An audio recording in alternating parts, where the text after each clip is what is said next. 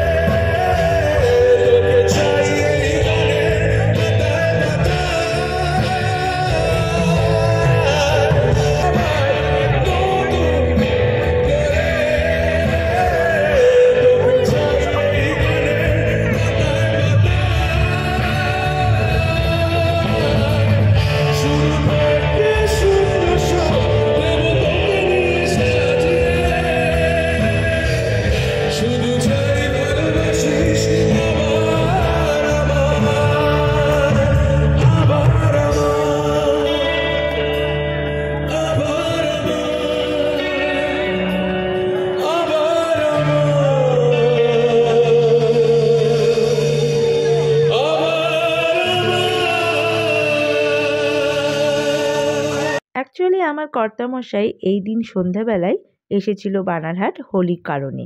তো ও এসে ফ্রেশ হয়ে আবার রেডি হয়ে বেরোতে বেরোতে দেরি হয়ে গিয়েছিল, আর তাই আমরা পৌঁছেছিলাম এখানে এই কারণেই দেরিতে। তো যাই হোক, এসে দুপুরবেলা আমার মেয়ে কিছু খাবার খেয়েছিল, আমরাও কিছু খাবার খেলাম, সব মিলিয়ে ও বিল পেমেন্ট করলো এবং শেষে আমরা এই অর্নামেন্টসের দোকানটা একটু ঘুরে দেখলাম, যেটা অ্যাকচুয়ালি আমার দিনের বেলা দেখা হয়নি। দারুণ কালেকশান, খুব সুন্দর সুন্দর এখানে অর্নামেন্টস রয়েছে। তো ওগুলো দেখে তো আমার কর্তামশাই বাকিদের সাথে গল্পে ব্যস্ত হয়ে উঠল আর আমি গান শুনতে।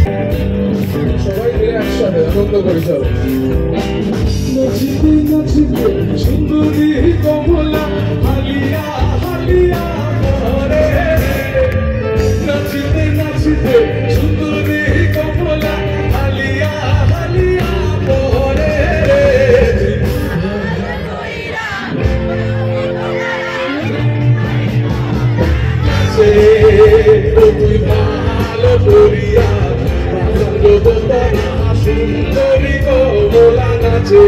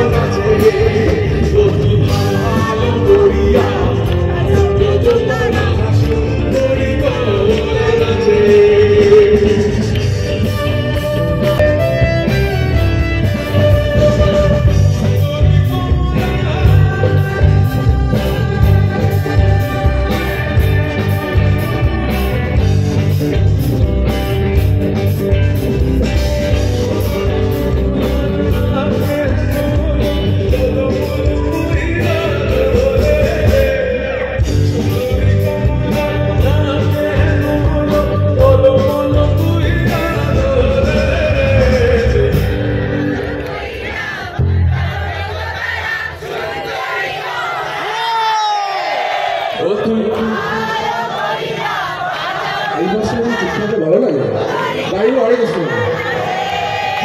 তুই বাজাও রোদনা সুন্দরী কমলা নাচে আমি শেখাচ্ছি তো তারপরও গাওয়া যাচ্ছে না তুই ভালো করিয়া বাজাও রোদনা সুন্দরী কমলা নাচে ও তুই ভালো করিয়া বাজাও রোদনা সুন্দরী কমলা নাচে ও তুই ভালো করিয়া বাজাও রোদনা সুন্দরী কমলা নাচে ও তুই ভালো করিয়া বাজাও রোদনা সুন্দরী কমলা নাচে ভালো করিয়া বাজাও রোদনা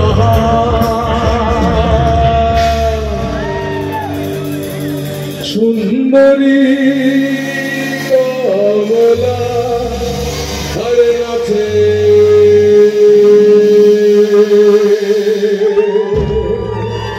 আমি দেরি করে এসে অনেকগুলো গান মিস করলাম, কিন্তু সানির যে কটা গান শুনলাম মন প্রাণ জুড়িয়ে গেল। অ্যাকচুয়ালি ওর এ কটা গান শুনে সত্যি মন ভরে না, তবুও দোষটা তো আমারই দেরি করে আসাটা। তো যাই হোক, আবার অপেক্ষায় রইলাম আগামী বছরের জন্য, কারণ সানির গান শুনতে হয়তো গোটা বানারহাটবাসী অপেক্ষায় রইল। কারণ দেখতেই তো পেলেন যে বানারহাটবাসীরা কেমন ঝাঁপিয়ে পড়েছিল সানির গান শোনার জন্য। তো ডিঙা ব্যান্ডের প্রত্যেকের জন্য, অবশ্যই সানির জন্য আমাদের শুভকামনা রইল। ওরা প্রত্যেকে গান দিয়ে সবার মন ভরিয়ে তুলুক এবং আরও অনেক অনেক দূর এগিয়ে চলুক। তো রাতও অনেক হয়েছে, বাড়িতে গিয়ে তারপরে ডিনার করব। তো বাচ্চারাও রয়েছে, এদিকে সবাই মোটামুটি যাচ্ছে বাড়ি, গোছান গাছান চলছে। প্রশাসনের যে আমাদের নিয়ম 12টার পরে গান করা যাবে না, তো সেই কারণে 12টার মধ্যে গান শেষ হলো ঠিকই, মন তো ভরল না, তাই না? তো যাই হোক, বাড়ির পথে চলছি। অনেক প্রিয়জন, অনেক আপনজনদের সাথে দেখা হলো। তো এই একটা ছোট্ট স্মৃতি মনে রেখে আমরা আবার অপেক্ষায় থাকব আগামী বছরের জন্য। তো চললাম বাড়ির পথে। তো যেহেতু কর্তামশাই এসেছে, তো হাঁটি হাঁটি পাপা করে আর যেতে হবে না, এটাই যা। কিন্তু বাচ্চারা যেতে চাইছে না, ওরা ফটো তুলবে, ওরা আরও গল্প করবে। তো আমি আর প্রিয়াঙ্কা আমরা বাড়ির পথে রওনা দিলাম। তো কর্তামশাই গাড়ি চালিয়ে নিয়ে গেল আর বাচ্চারা আস্তে আস্তে হেঁটে হেঁটে আসলো। তো আমরা চলছি বাড়ির পথে। তো আমার ব্লগ যদি ভালো লেগে থাকে বন্ধুরা, তাহলে প্লিজ লাইক আর শেয়ার করে দেবেন আর সাবস্ক্রাইব করতে ভুলবেন না কিন্তু। আপনারা খুব খুব ভালো থাকবেন, আনন্দে থাকবেন। আবার দেখা হবে নতুন একটি ব্লগের সাথে।